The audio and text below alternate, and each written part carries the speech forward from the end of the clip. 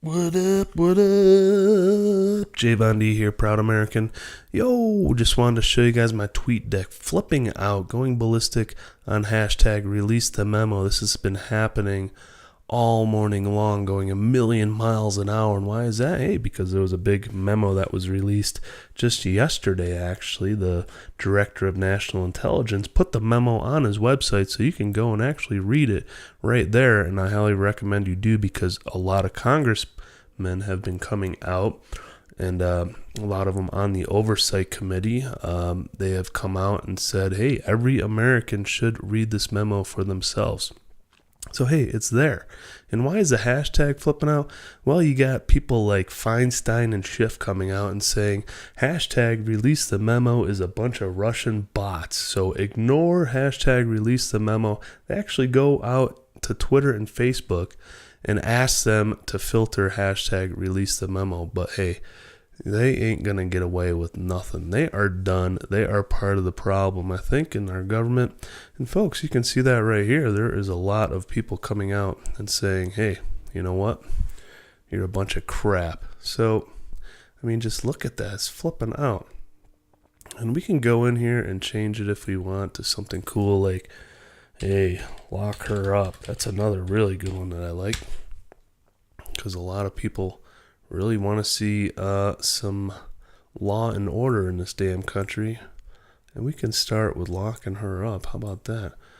I want to start the hashtag lock them up, because I think there's a lot more to it than just lock her up.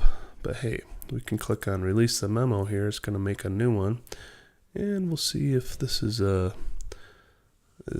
accurate. Got to give them time to start aggregating here, but give it a minute here. You know, I was watching my local news, and the local news has not been covering the memo. They did, however, cover the tweet by President Trump about how the FBI is lost some 5 months of SMS messages, basic text messaging from cell phones, which is a bunch of crap. As far as the FBI losing it, that is the biggest fraud. And what we have, folks, is corruption and fraud. So go read the memo at the Director of National Intelligence website. And but the weird thing was, my local news, instead of reporting on the memo, they actually started reporting on how our lawmakers are trying to push a bill through that will give undocumented people driver's license. And hey, I think that's probably a big problem, because what happened last time? Well, we see that in California. They gave them driver's license and then they let them vote, and then what do you see? Hey, voter fraud. But hey, you know what? That's kind of what we got going on here, folks. We got to stop living in this programmed world of mainstream media and start living in reality, at least for the most part. Now, I've always been a tinfoil hat conspiracy theorist, and hey, all of us tinfoil hat people, well, we are all vindicated, probably 50 times over by now, considering DNC fraud and all that stuff. So, folks, this is the real deal. Look at this thing. It's really flipping out that fast.